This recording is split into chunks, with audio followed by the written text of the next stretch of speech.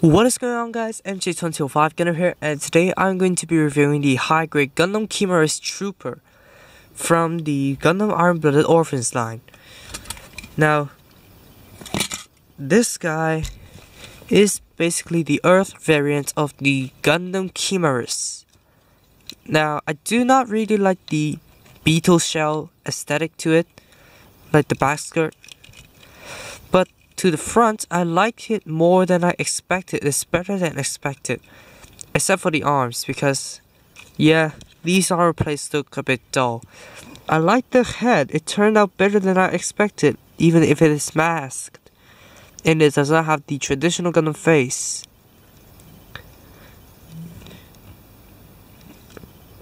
And it provides a lot, and I mean a lot, of panel line options.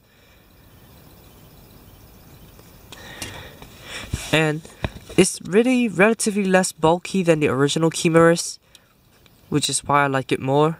Now, stickers, you actually have the eyes, the violets on the arms here, the crotch, and all the violet on the beetle shell. And yes, I did break the tail. So that's all the details for the Kimaris Trooper. Articulation, let's be honest, it can be better, it can be worse. So the head can go up and down really far, forwards and back really far, rotate all the way, basically all the way. Oh, for fuck's sake. Now I broke the V-fin.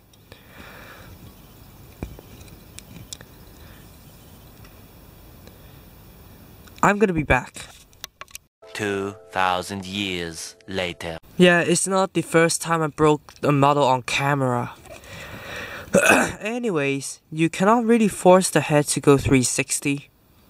The armor pass can move up that far. The arms can rotate, and the arms can go out that far. Rotate above the elbow, bend at the elbow at one joint. We got a ball jointed wrist, and the armor plate decides to pop off. And there's so many mess ups. You got the torso joint and the waist joint. The front skirts can move together. Side skirts can move all the way, although it's on a ball joint. The back skirts, for once, it can't move. It can. The legs can go forwards, backwards, outwards, rotate above the hip, double jointed knee, which you do not get a lot of. They can go forwards and back, separate from the waist. And the feet can go forwards and back. A bit with rocking motion, side to side, rotation at the toe, and the toe can point down. And the tail can move. So, pretty decent articulation on the Kimaris Trooper. I do like the amount of articulation, but I feel like the lower body is lacking a little bit. So, for accessories, you have the Kimaris shield. Now, you cannot mount it on the right arm because there's no hole. There's a hole on the left arm, so you can just basically peg the shield in. It functions well, it does hold, but if you play around it for too much, the peg would just fail you. Now, inside the shield, you have the Kimaris Saber.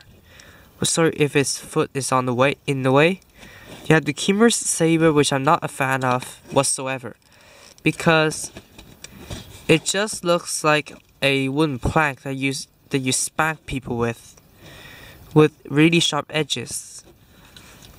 I'm not a fan of it whatsoever, but it does provide some posing possibilities.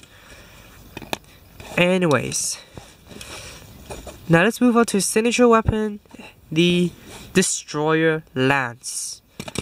Now let me compare it to the Kimaris itself. It is taller, and I think it's longer than the original Lance. So you have a special hand for you to hold the lance at ease. So, but you have to switch hand covers, which is a down a drawback. So you can just peg the lance onto the hand cover and peg the hand in and peg the hand back onto the Kimaris.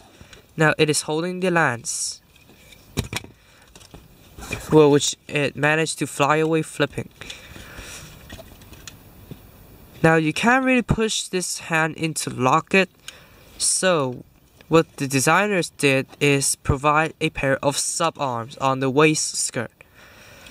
So it basically supports the lance.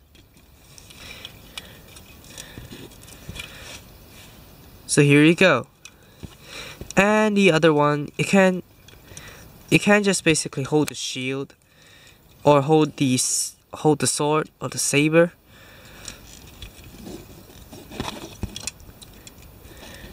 So there's a ton of posing possibilities with this kit, which I like.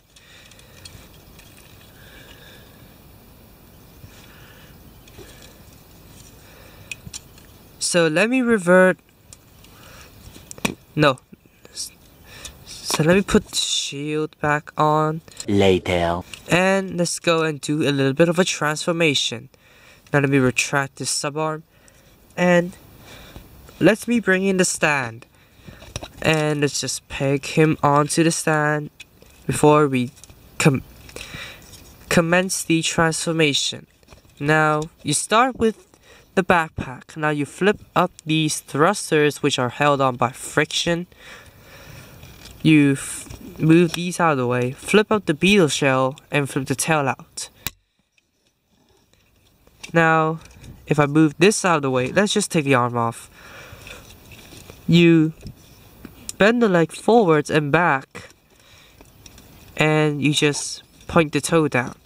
Now you flip this armor piece up, which enables full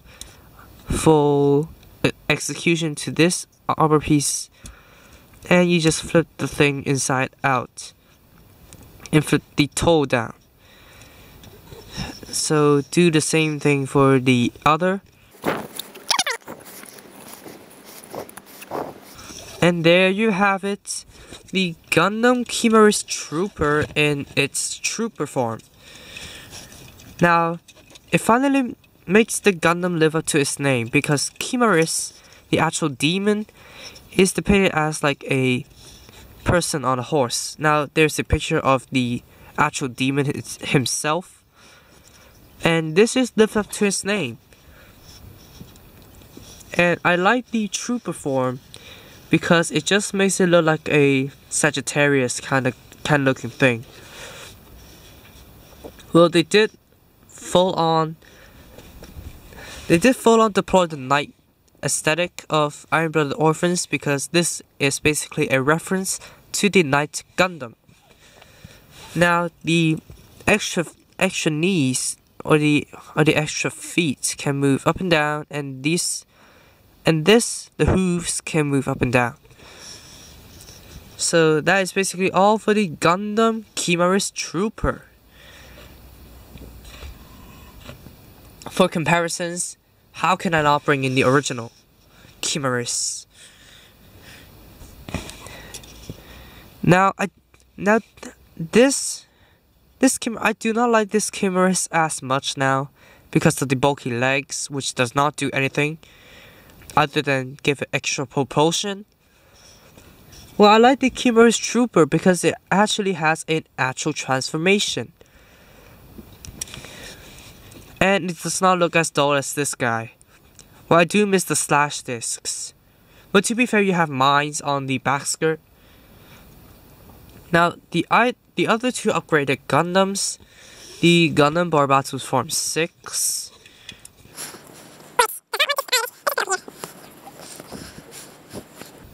and the Gundam Gusion Remake.